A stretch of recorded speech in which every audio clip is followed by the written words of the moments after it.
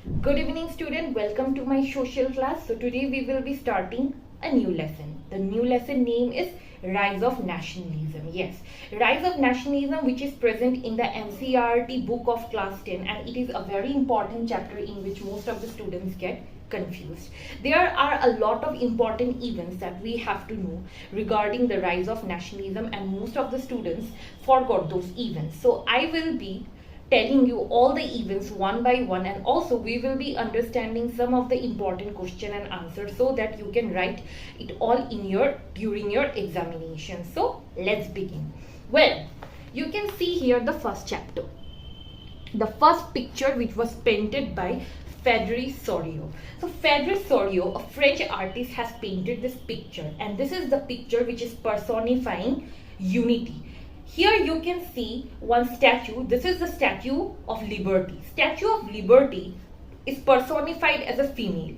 In one hand, she has a torch, which is a torch of enlightenment, which means all the people are being enlightened to freedom. And the other was given as the Charter of the Rights of Man. And in other hand, the Statue of Liberty has a Charter of Rights of the Man, where there are different rules and regulations were being followed in the Charters of Rights of the Man. Yes, here during that time people were not in freedom, they were under the realms of monarchy. So as a result, people wanted freedom, people wanted democracy, so that they can have their own life and they can have their own democratic rights and freedom.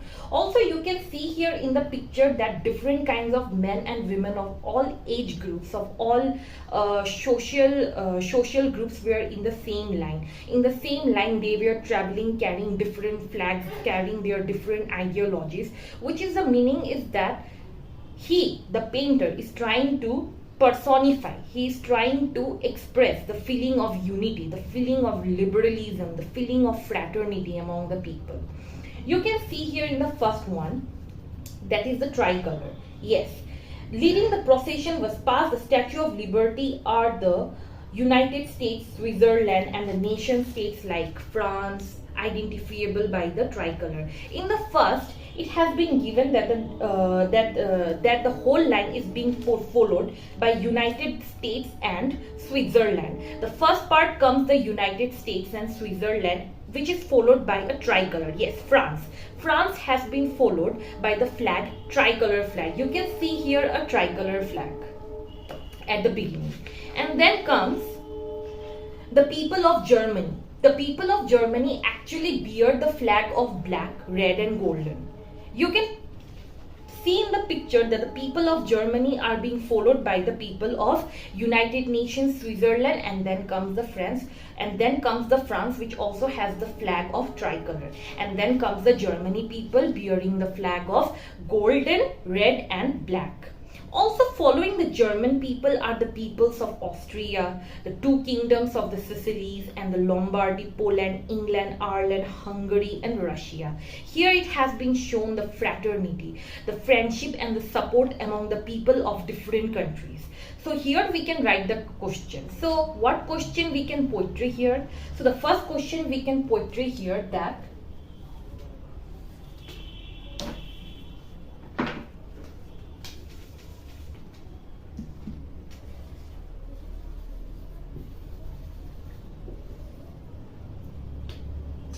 pen is not working. Wait.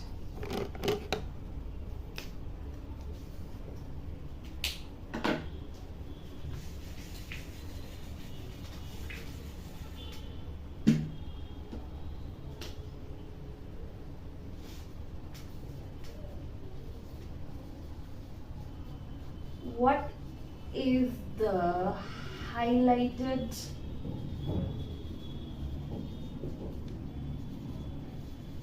meaning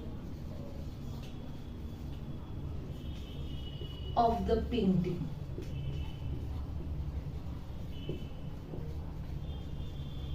In the chapter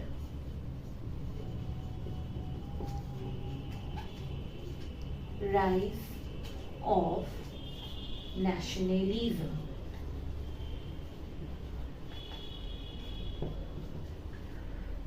So you can write one of the question here, that what is the highlighted meaning of the painting in the chapter The Right of Nationalism. What is the meaning being portrayed in the painting? So most of the time the question comes in the examination, so you can write it point wise. Exactly, if you write something in point wise, then it will be more beneficial for the teacher to read it properly. So the first line you can mark here is, in 1848 Federico, the French artist, has painted the picture. The first print of the picture shows the people of Europe and America. This is the second point. I can write it in the board.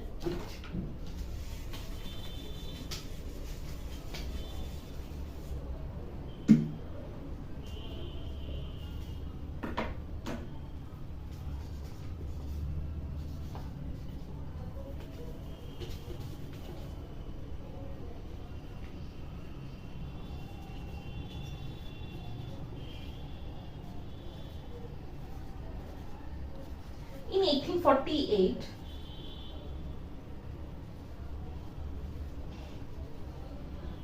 Federico,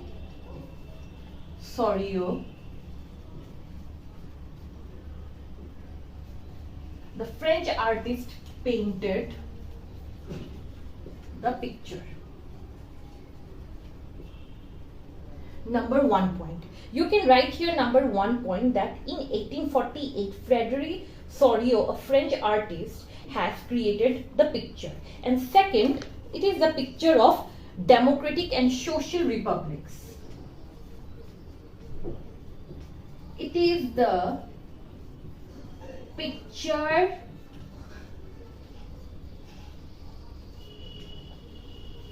portraying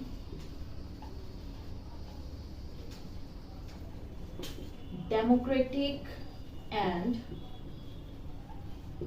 social republics. And the third point comes here is, you can write all the men and women of all ages and social classes marching in the long train. Sorry, slip of tongue. Okay. All men and women of all social classes and ages marching together in a long train. You can write this one. This is the third point. And the fourth point you can write is, the Statue of Liberty is personified as female. You have to write it in broad way.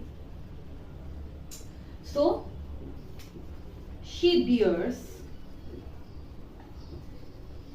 in one hand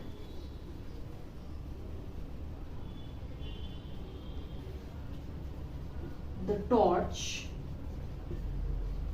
of enlightenment,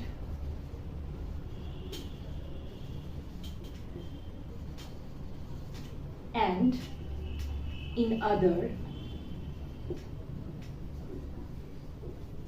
the charter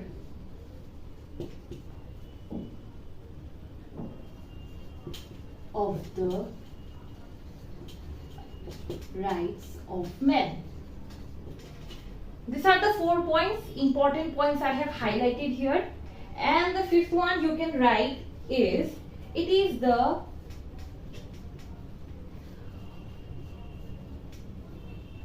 utopian dream. Utopian dream means the heavenly dream. Utopian means the heavenly dream that is being seen by the French artist.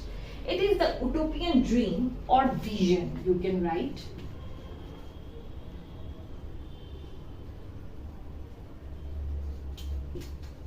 of the world defined as unity. Exactly. These are the 5 important points you can write here. So the first point, in 1848, Frédéric Soriot, a French artist, painted the picture. It is the picture portraying democratic and social republic. So it is the second point. It is the picture portraying democratic and social republic. The third point, all men and women of all social classes and ages marching together in a long train. And the fourth point, the Statue of Liberty is personified as female. She bears in one hand the torch of enlightenment and in the other hand the Charter of Rights of Man. And in the fifth point, it is the utopian dream vision of the world defined as unity. And also you can write one of the point that is written in the book if it comes of 6 marks. Mostly it comes of 5 marks, but if you want to write extra, so extra you can write is about yes, on the earth in the foreground. Wait, here there is no space, let me write it here. I hope you all have understood the points.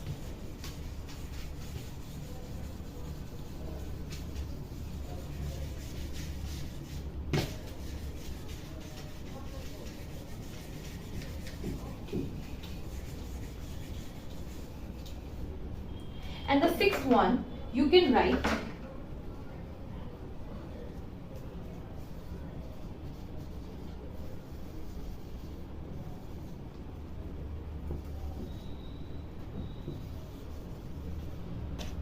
wait a minute.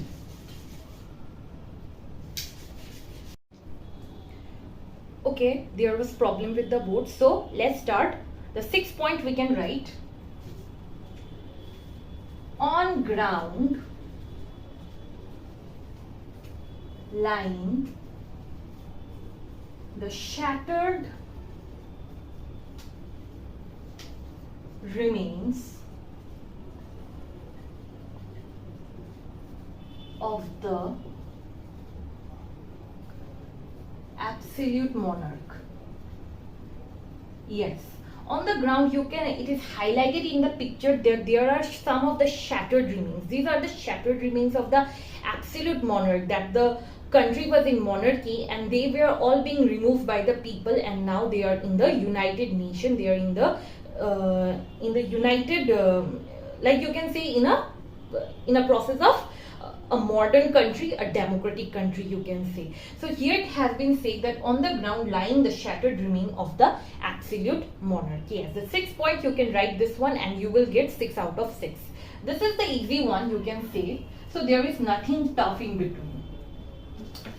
Also, let's start here about the concept and practice of a modern state during that time. So the concept and practices of a modern state in which a centralized power exercised sovereign control over a clearly defined territory had been developing over a long period of Europe. A nation state was one in which the majority of its citizens and not only its ruler come into developing a common sense identity but a share of common history or descent. During that time, a modern state was actually being publicized. A modern state was actually being revolving around the country so that people can share the same thinking, they can share the same identity, they can share the common thinking of religion, their religious practices, their rituals, as well as their religious style, everything. During that time, what had happened in one country, there are a lot of people of different decency, of different backgrounds, of different linguistic lines, but now they want one united nation, one nation where people have a common thinking, they have a common culture, and there is no differences in their culture. Also, it has been said that the commonness did not exist from time immemorial. It was forged through struggles, through the action of the leaders and the common people. Yes, the commonness during that time did not exist. Why it did not exist? We will be learning all this after the continuation of this all chapter. So the first comes here the French Revolution and the idea of the nation. So what is the French Revolution and what is the idea behind the French Revolution and the nation? So the French Revolution started in 1789 exactly. You can say French Revolution started in 1789. Very, very important. French Revolution was started in 1789 and it was an absolute monarch. During that time, it was an absolute monarch and most of the political and constitutional changes came in the wake during the French Revolution. You are correct. During the French Revolution, most of the reforms were being conducted during that time. Most of the changes were being reformed at that particular point of time. And also it has been written here that it led to the transfer of sovereignty from the monarchy to a body of French citizens. Yes, the French Revolution. It is the most powerful emperor at that time. It is the most powerful imperial state in which most of the people were under the monarchy system. From sovereignty to the monarchy system, it was the most powerful country at that time. You can say France was the most powerful country. So sovereignty, actually the meaning of sovereignty is supreme power. Yes, the king was in supreme power and there was no right of the people. There was no democratic right of the people during that time. Yes, exactly. So from the beginning, the French revolutionaries introduced various measures and practices that could create a sense of collective identity among the French people. Yes, it was during that time a standardity has been revealing among the people that they can share a common identity among those people. They can share a common thing through which they can share their own identity. They can share their own feelings of commonness. Like, first comes the ideas of la patrie and the les citoyens. So la patrie means the fatherland and les citoyens means the citizens. So from citoyen you can say the citizens. New words were being emerging during that time. Also, it has been written here, the second point. I will be giving you the question afterwards. Let me first tell you some of the important points out here. And also, it has emphasized the notion of a united community enjoying equal rights under a constitution. Exactly. They were enjoying common rights. They were enjoying a kind of right under their own commonness. Exactly. Under their own united commonness. And then the third points come the national flag. They have chosen the tricolor national flag. All the people have chosen the tricolor as their national flag, as their national pride, you can say. And the fourth comes the new hymns were composed and oaths taken, martyrs commemorated in the name of the nation. Exactly. You can say that when a new country was emerging that time, some of the new things emerges, like the new hymns, new songs were composed that time, march past going on, like the new martyrs were doing the march past, the scene of freedom, the scene of being a united country. And also it has been said that the oaths were being taken. The oaths were being taken by the important people so that they can protect their country. So new things were happening during the time of the French Revolution. Also, a centralized administrative system was put in place and it formulated uniform laws for all citizens within its territory. Exactly. Now a new centralized administrative system was going on. So with this new centralized administrative system, what kind of administrative system will be faced by the will be suffered by the people, we will be knowing about this later on. But now an important question had come in my mind. What is the important question? So let's say, what are the important measures and practices? What are the important measures and practices being implied by the French revolutionaries? Yes, this is also the question come during the examination time. So let me write the question. What are the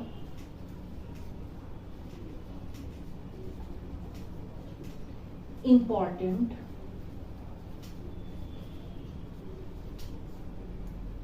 practices and measures? You cannot say imply.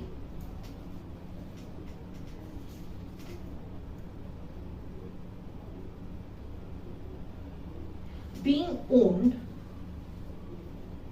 by the French revolutionaries.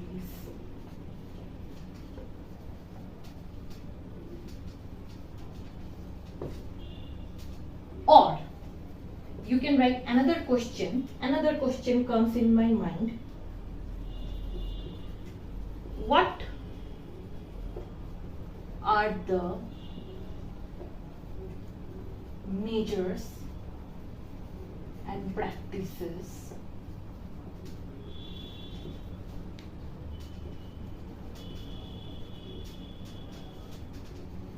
implying collective identity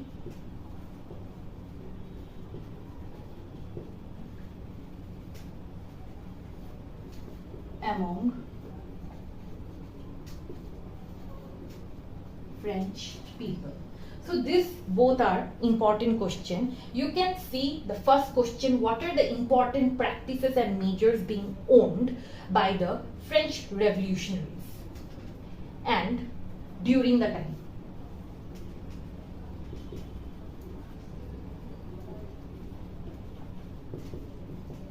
During the time, or what are the measures and practices implying collective identity among French people?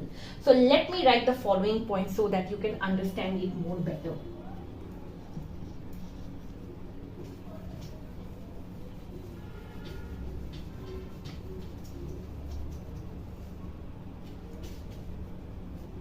So the first point,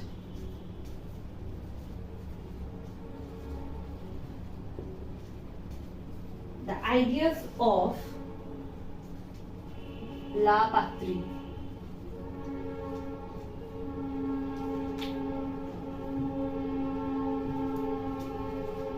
and les citoyens were followed. If you have the habit of forgetting things, then you can write in this way, la patrie and la citoyen. Or if you want to write it in more broad way, in bracket you can write the fatherland, and la citoyen means the citizen. As you wish, you can write it. In both the way, you will get 1 point. And second, you can write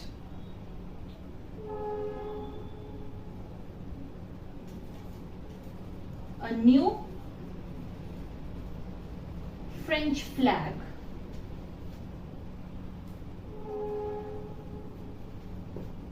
the tricolor was chosen by the people of France.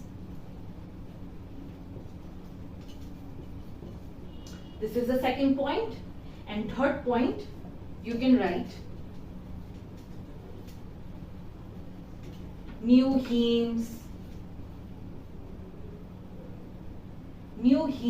were sang, oaths taken, and martyrs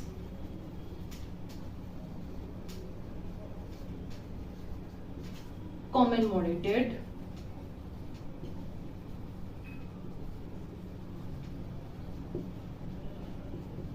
in the name of the nation. So this basically comes off 3 marks. And if it comes off 4 marks, you can write one more point.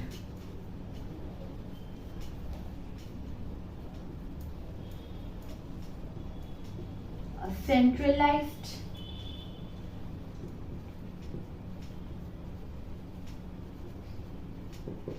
administrative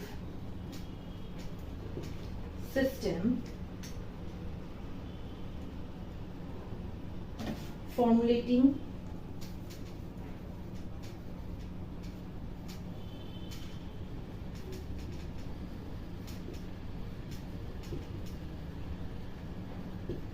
unitary laws was implemented.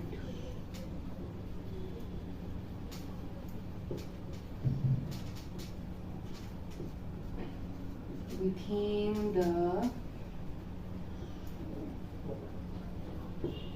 territory.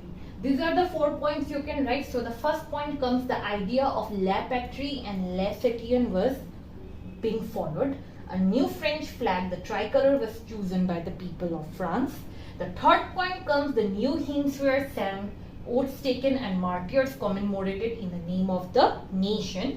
And the fourth point comes a centralized administrative system formulating unitary law was implemented within the territory. These are the 4 points that you have to write during the examination. It maximum comes of 3 marks or 4 marks. If it comes of 3 marks, you can write 3 points as your wish. And then comes about the Jacobins Club. Exactly, you have heard about the following word, the Jacobins Club. So here, when the news was spreading about the new French system, about the commonness among the French people, so the news and the events were being actually being spread among the middle class people, among the students out there.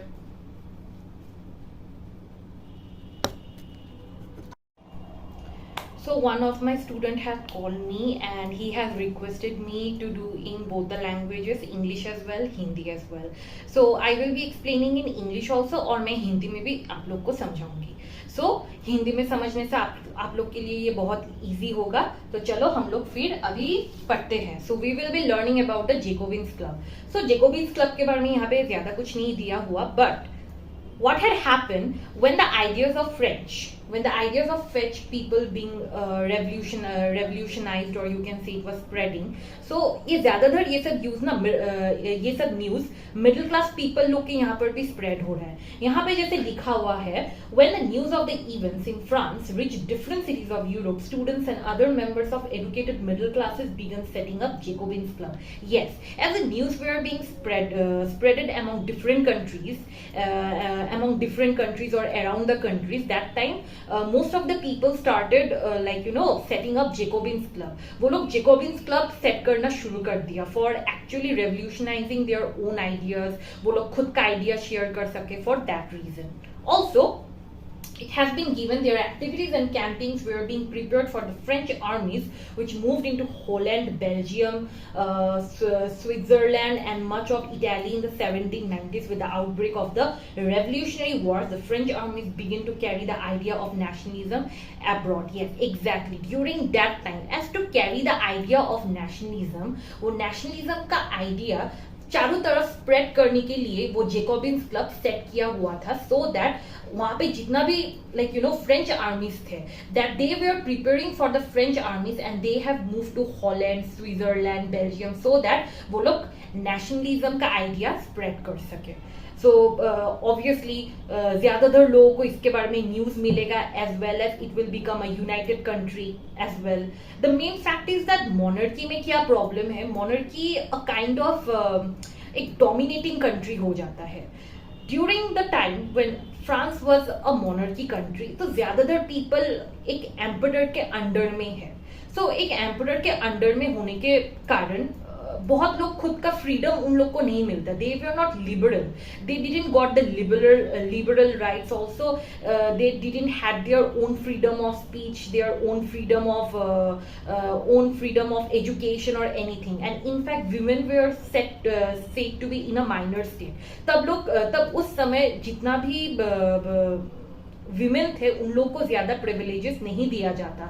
Only the privileges were given to the rich people, to the rich aristocratic people. और poor people जो peasants है, जो labourers है, उन लोग को ज्यादा freedom नहीं दिया जाता और उन लोग को अपना लैंडलॉर्ड के अंडर में काम करना पड़ता था. वो सब प्रॉब्लम मोनर्की सिस्टम में था. बट नेशनलिज्म के अंडर में क्या होता है, सब लोग को इक्वल राइट्स मिलता है, इक्वल फ्रीडम मिलता है, as well as it's like a united kingdom where every people have their own rights. वही बात है about the nationalism in Europe. So we can write another question from here.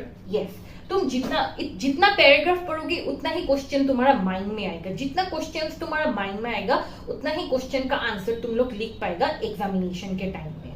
Exactly. So you can write one more question. So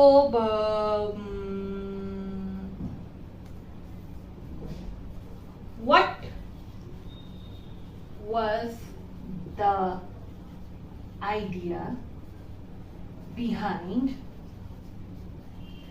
the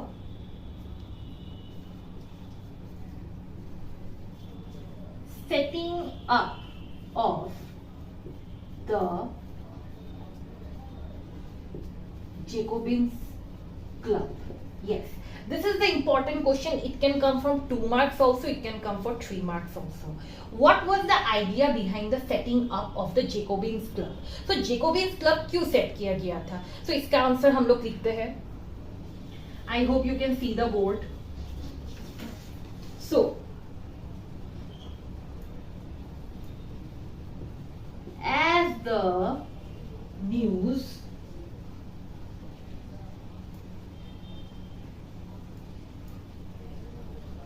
or events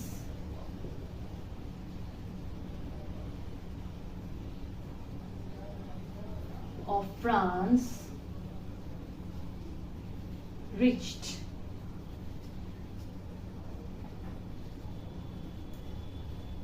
in different countries,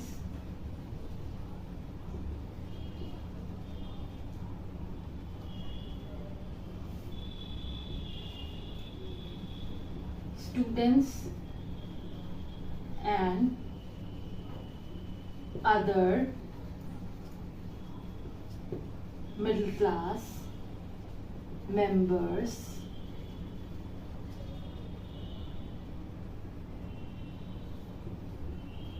set up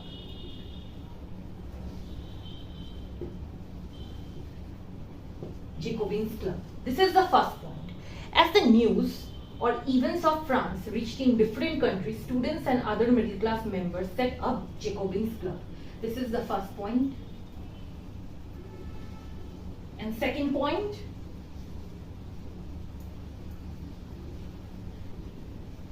the activities and campaigns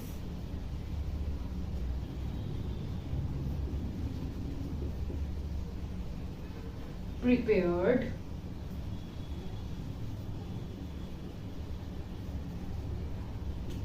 French armies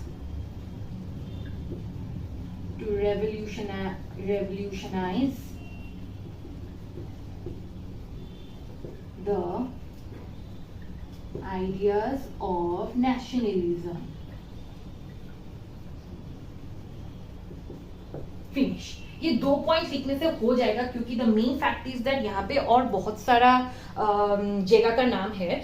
most of the countries we are being mentioned here like Holland, Belgium, Switzerland and much of Italy in the 1790s. So students will forget those countries. So as a result you can write these 2 points. This following 2 points will also give much marks. So I hope you all have understood. So let's come to the last topic I will say about the Napoleonic Code of 1804 or 1804. Yes, the Napoleonic Code of 1804 is very important, and in most of the exam also this question has been repeated. Exactly. So the Napoleonic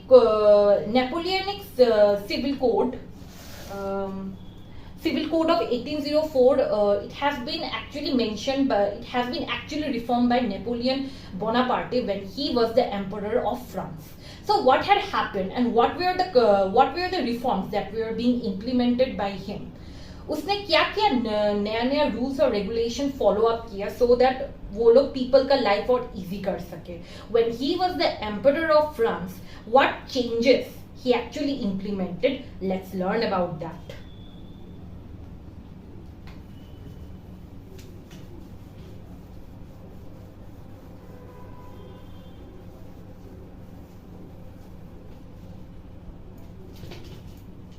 So let me write it down.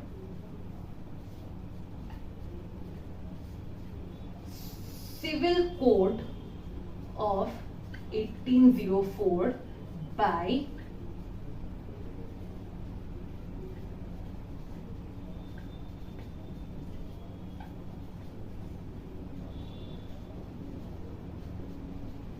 Napoleon Bonaparte. Yes, he was that time he was the emperor of France. So what kind of code he has conducted? So the privileges during birth were abolished.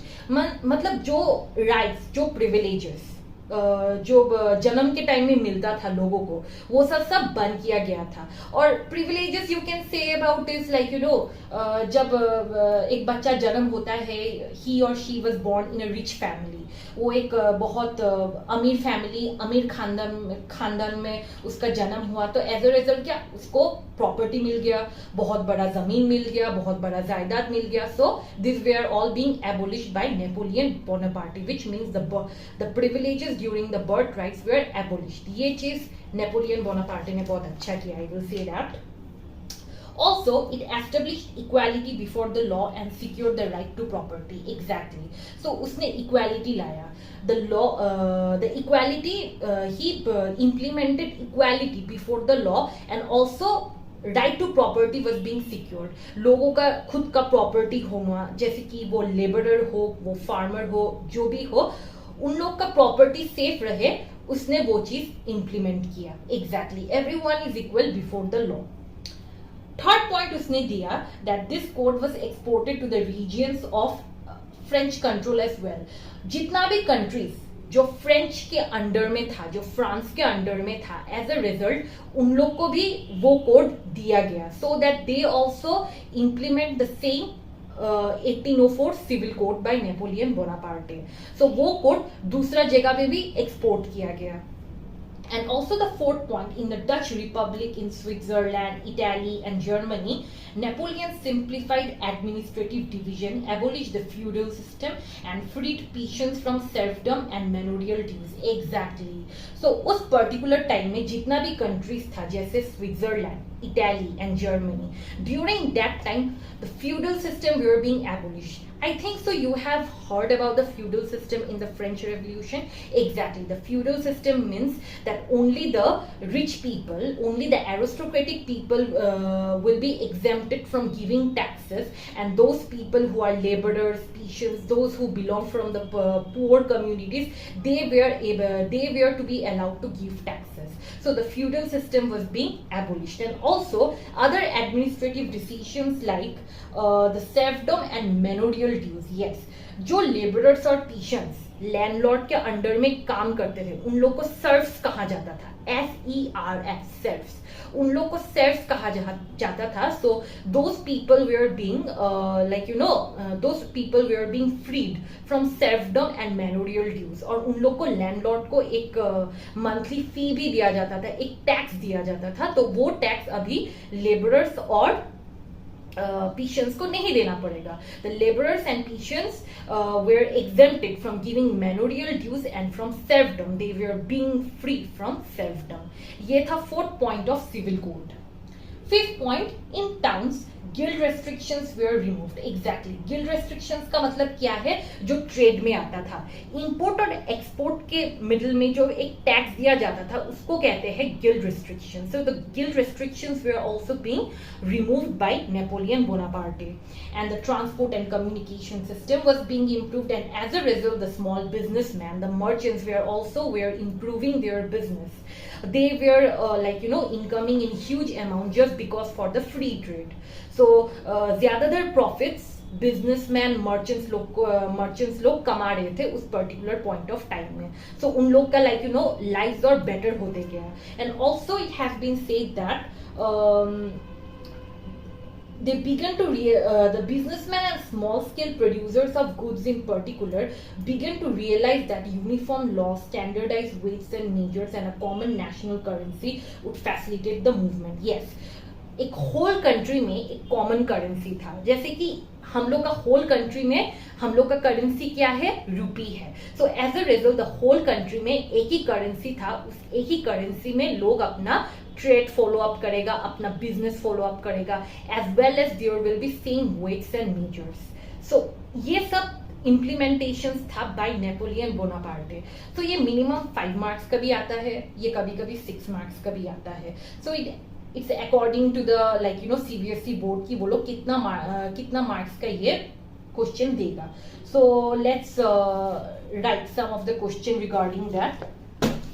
So there are two questions that have come in my mind.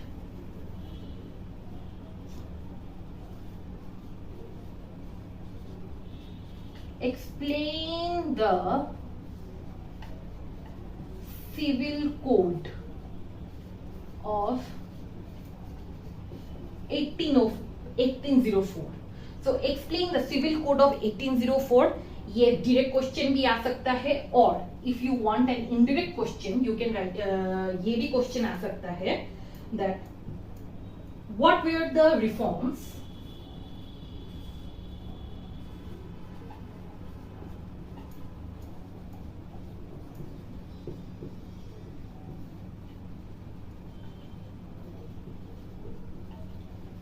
being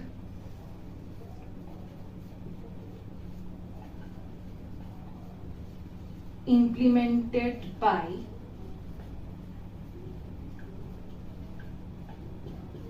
Napoleon Bonaparte. So these both questions are important. Any question can come during the examination. So let us write the answer.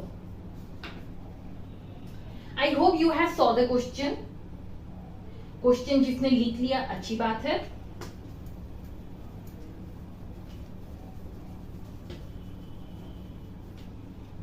So the first one,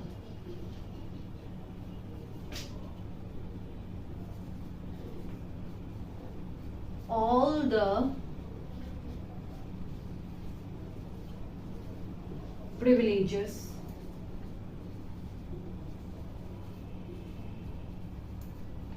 during birth were abolished. So all the privileges during birth were abolished. This is the first point coming, and then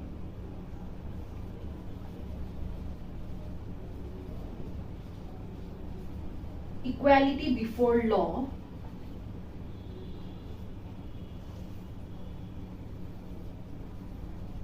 and right to property was secured. So let me mention these 2 points. All the privileges during birth were abolished. Second point, equality before law and right to property was secured. So these 2 points are important, and let's go for the third point.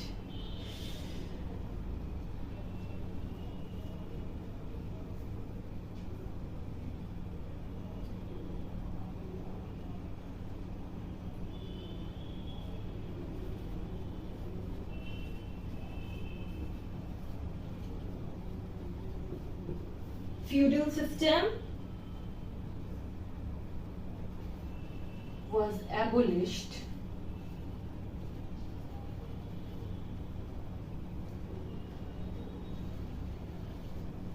and peasants were freed from serfdom and manorial dues. So the third point is feudal system was abolished and peasants were freed from serfdom and manorial dues. Fourth point,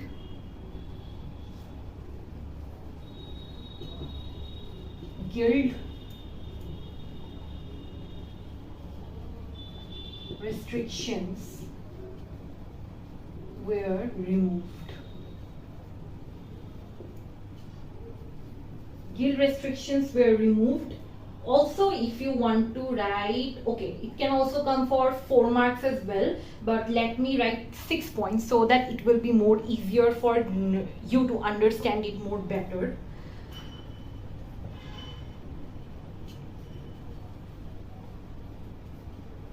Transport,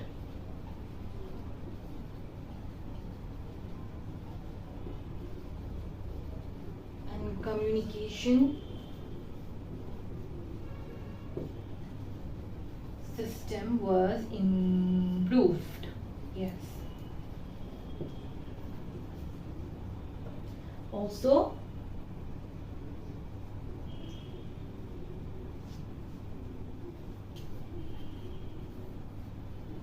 uniform laws,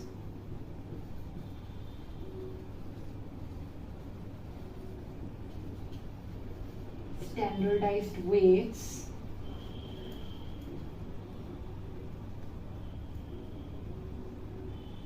and measures.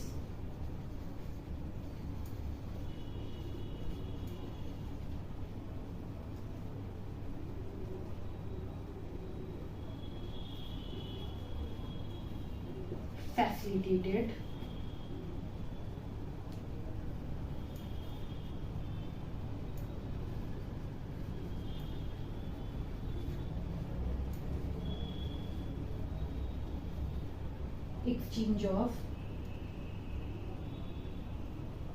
exchange and movement of goods.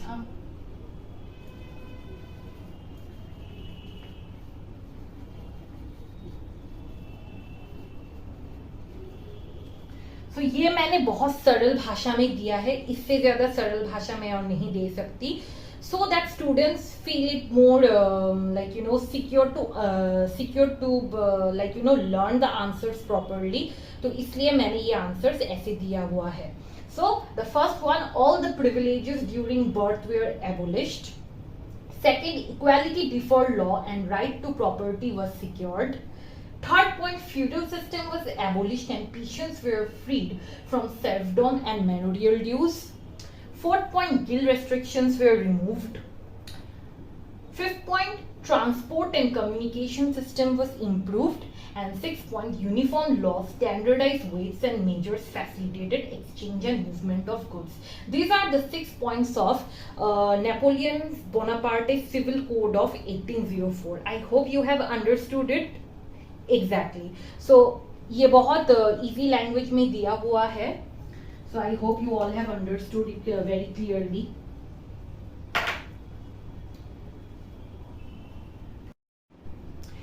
So हम लोग आज पढ़ेंगे about the nationalism regarding the aristocratic people and the new middle class people. Yes, we will be studying about the aristocratic and the new middle class people, that what was their role during the nationalism and what kind of people they were during that time. So let us begin from the first paragraph of page 8. So this paragraph is important. It is an introduction part. It is not much important, पर ये पढ़ सकते हैं so that आप लोग और अच्छे से और बेहतर जान सके. So here what we know today as Germany, Italy and Switzerland were divided into kingdoms, duchies and cantons whose rulers had their autonomous territories. Eastern and Central Europe were under autocratic monarchies and within the territories which lived diverse people. हाँ, यहाँ पे कहा गया है about the German, Italy and Switzerland and also the countries like जितना भी like Eastern and Central Europe, they were कट्टर monarchy के under में थे.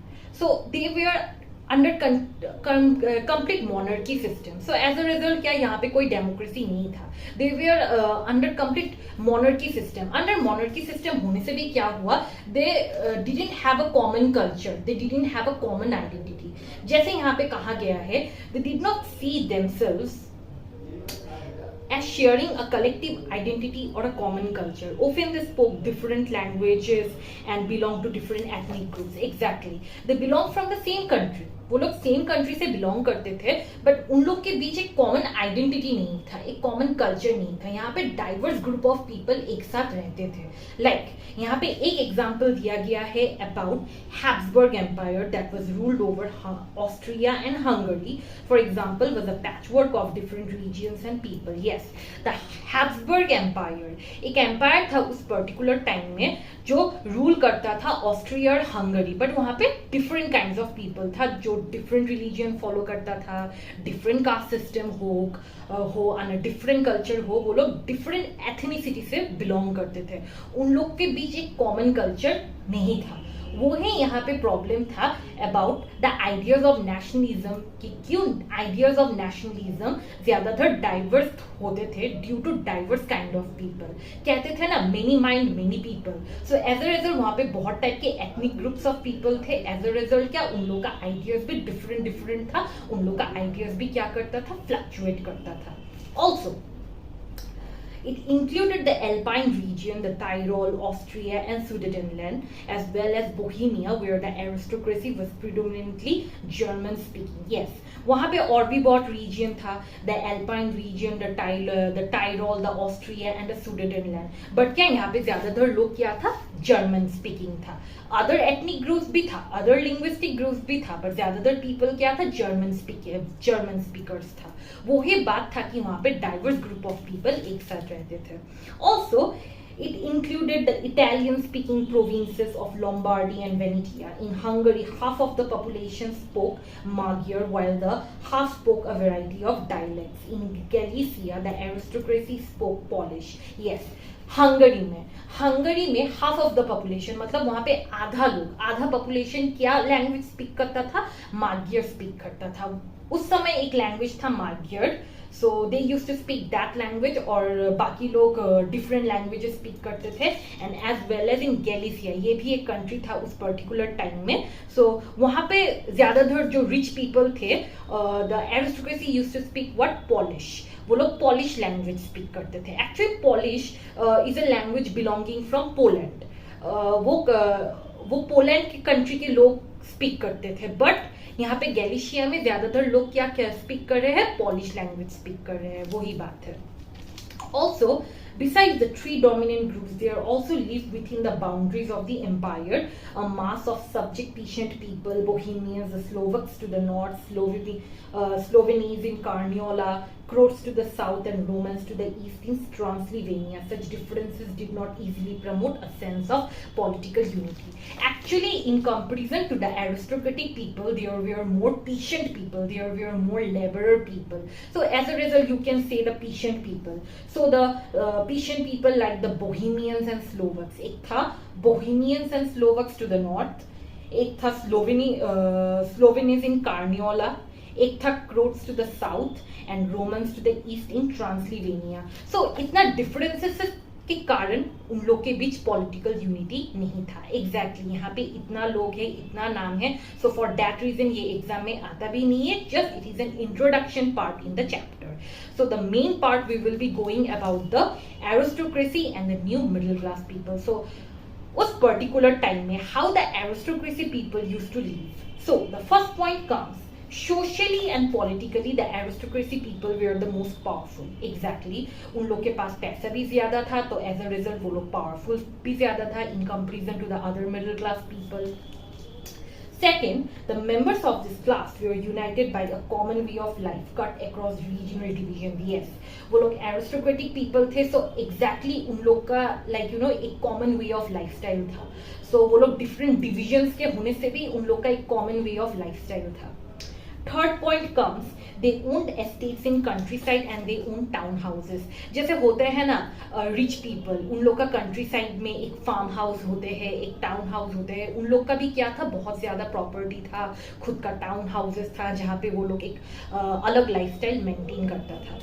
And the fourth point comes, their families were connected by ties. Basically, aristocratic people during that time used to marry those people only who were aristocratic. जैसे कि एक aristocratic इंसान का daughter, like the aristocratic daughter had married the aristocratic son. So at that time they used to follow that tie of marriage to create a bond together, to create a bond of aristocracy together. Also, the majority of the population was made by peasantry. Yes, मैंने जो बोला था, peasants का population सबसे ज़्यादा था in comparison to the aristocratic people. Also, to the west, the bulk of the land was farmed by tenants and small owners, while in Eastern and Central Europe, the pattern of land holding was characterized by vast estates which were cultivated by serfs. यहाँ पे अभी कहा गया है about the peasants and the serfs. Exactly. Here it has been written that to the west. West की तरफ वहां पे एक बल्क ऑफ लैंड है. सो that land was farmed mostly by the peasants and the tenants, and the other half like the land holding that were characterized by the aristocratic people, that were under the aristocratic people or under the vast estates in the Central Europe, were mostly cultivated by the serfs. Exactly. So ये division किया हुआ है between the peasants and the serf. यहाँ पे एक चीज compare किया गया है that the aristocratic people were having a very good lifestyle, but if I talk about the peasants and and the serfs, they were having a very poor lifestyle. Yes, यहाँ पे एक चीज ये कहा गया है, rich are getting richer, poor are getting poorer. ये सब चीजें यहाँ पे actually define किया गया है. Also, in the western and parts of Central Europe, the growth of industrial production and trade meant the growth of towns and emergence of commercial classes. Exactly. Now it comes the starting of the industrial revolution. So industrial revolution is very, very important. You will be studying about it in the next chapters as well. So here it has been given a small part of industrial revolution. So in England, the industrial revolution started fast. So in England, the industrial revolution has started in the second half of the 18th century. Yes, in England, the industrial revolution has been started in the second half of the 18th century. I will be explaining it in the board. And in France and other parts of Germany, it had been started in the 19th century. So this is the part of the industrial revolution I will be talking about. In its wake, new social groups came into being, and working class population and middle classes made up industrialists, businessmen and professionals. Exactly. So industrial revolution में क्या हुआ था कि उस particular time में लोग और ज्यादा लोग जॉब्स में आ रहे थे. More people were getting employed. As a result, there were more businessmen, more merchants, more social groups as well. And also the middle class people became the professionals, the businessmen. जब जो भी लोग middle class people थे, they became very rich businessmen. ये कहा जाता था कि industrial revolution में massive changes आ रहा था among the people. Yes, among the people there were massive changes coming among the middle class people. Also, in Central and Eastern Europe, these groups were similar in lumber. Till the 19th century, it was the educated liberal middle classes, the idea of national unity, following the abolition of aristocratic privileges gained popularity. Yes, exactly. जैसे कि मैं समझा रही हूँ that as the middle class people were becoming richer, they were becoming businessmen, they were becoming merchants. As a result, educated people were also more coming, liberal people were also more coming, and also they thought of abolishing the aristocracy. They thought of abolishing the lifestyle of the aristocratic people, that there will be no aristocratic people and they will also get the same rights as the aristocratic people are getting. So first मैं industrial revolution के बारे में समझाऊंगी and then I will be going about the lifestyle about the aristocratic people. Yes, ये थोड़ा reverse हो गया, but let's learn about the industrial revolution so that it will be easier for you. So if I talk about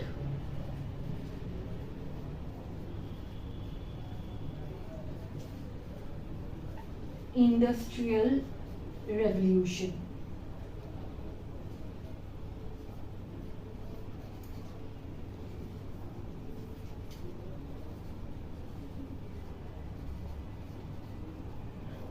in France it began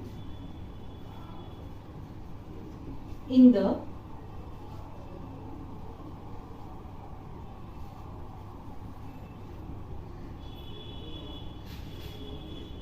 second half of the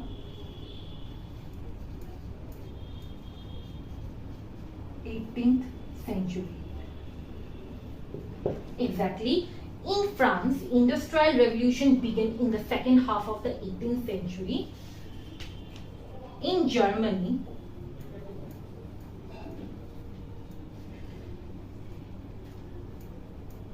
and France,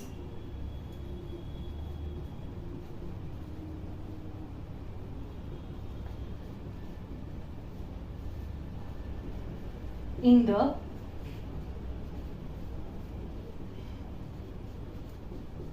19th century. So in Germany and France में 19th century में industrial revolution begin किया गया था. उस समय ये first it was in the starting point in the 19th century. So in its wake, most of the social groups,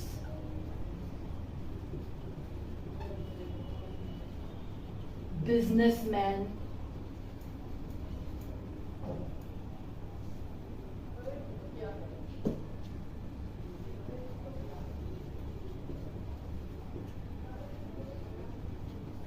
industrialists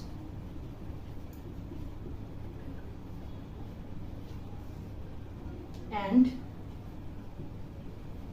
professionals were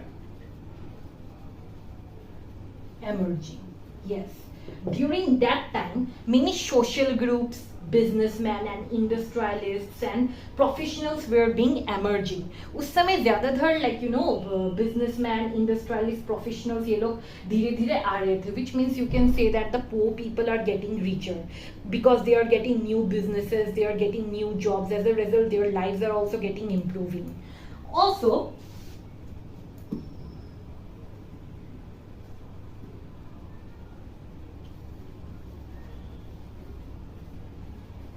educated and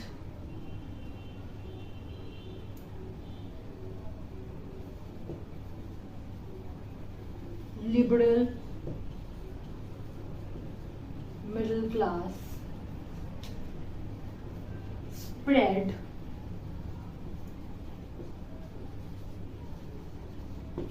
the ideas of nationalism.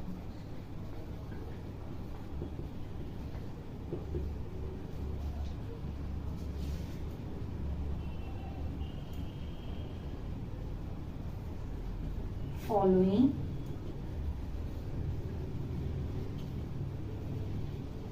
abolition of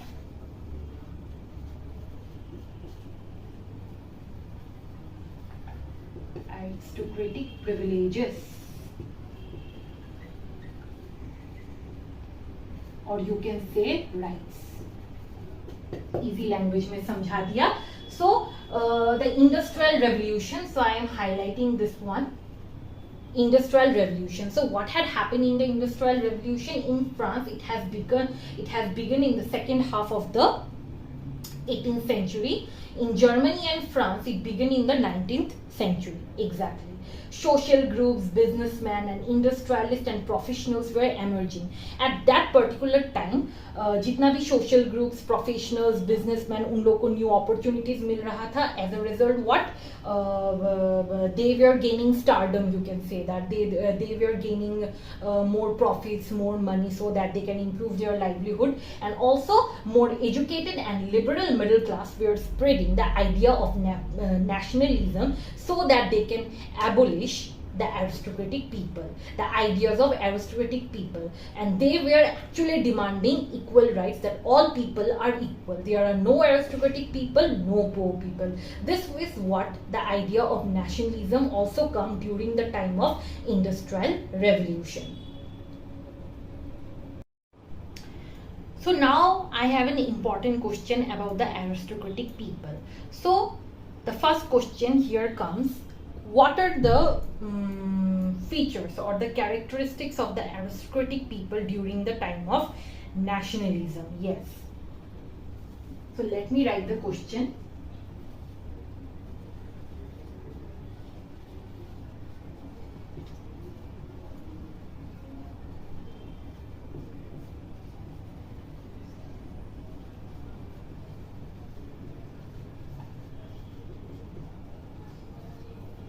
Characteristics of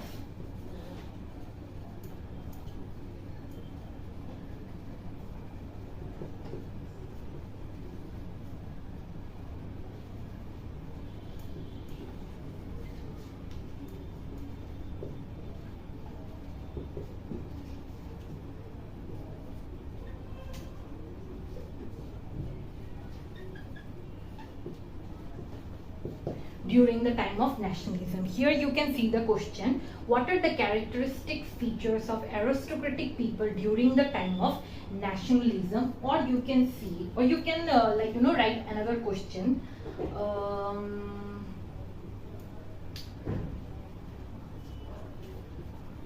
Underline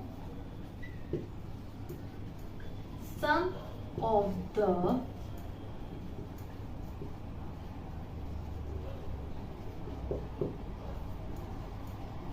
important features of the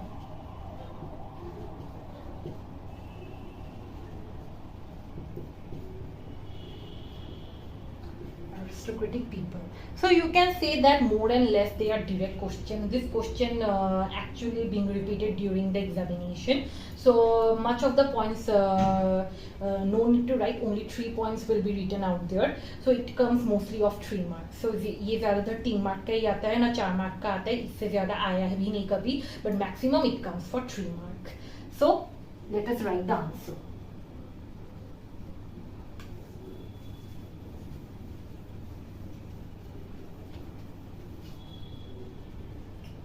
So number one,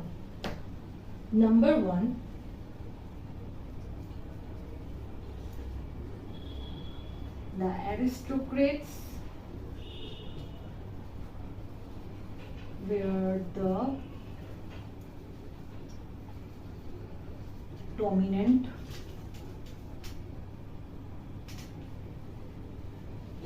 class of people. So the first point is the aristocrats were the dominant class of people. Second, you can write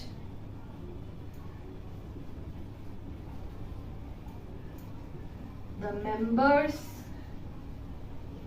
were united by common way of life. The members were united by common way of life. Exactly. ये point मैं बोलना भूल गया था. French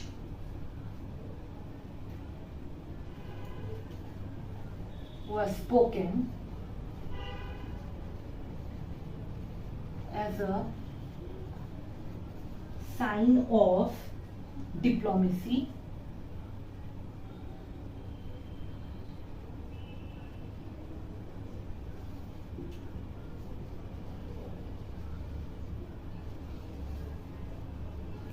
in high societies. Yes. उस समय क्या हुआ था, फ्रेंच लैंग्वेज ज्यादातर पीपल यूज करते थे, means the aristocratic people they are mostly fond of speaking the French language. It is because it was a sign of diplomacy. Diplomacy का मतलब है friendship, so that they can connect a common tie. So they use to speak the French language. They used to speak the French language, and as they were of high society at that time, speaking French was a kind of standardity as well, as a kind of high societal standardity, you can say that. Fourth point.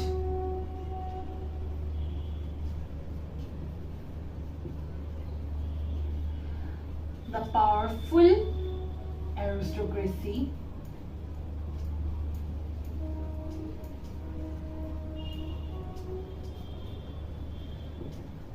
comprises of small group. Fifth point,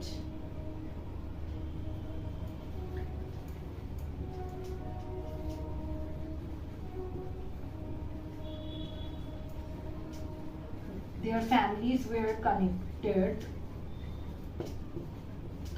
by ties of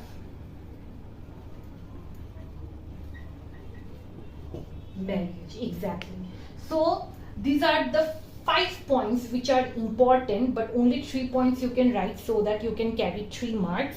As most of the students forget those points, so I have written it in easy way so that it will be easier for you to understand it more clearly about the aristocratic people. So let us revise the following points. The first point comes, the aristocrats were the dominant class of people. Yes, they were the dominant class of people. Second come, the members were united by the common way of life. Exactly. The members were united by the common way of life, which means a common culture, their common religion, their common lifestyle. Third comes, the French was spoken as a sign of diplomacy and high societies. Exactly. So French was it was mentioned as a sign of aristocracy. So that's why French was spoken as a sign of diplomacy in high societal people or among the high societal people. Fourth is the powerful aristocracy comprises of small group. Exactly. They were comprises of small group. Most of the people were the peasants and the serfdoms, but the small group were the aristocratic people. And other group of people, you can say maximum population comprises of the peasants and the middle class people. Exactly. That's the serfdoms, the peasants, the laborers, and the middle class people. And the small group, here comes the aristocratic people. Their families were connected by the ties. Yes, most of the aristocrats were connected by marriage ties, so that they can share a common bond among each other. So this class is for today. I hope you all have understood my class, and if you like my class, you can like and subscribe to my channel. Thank you.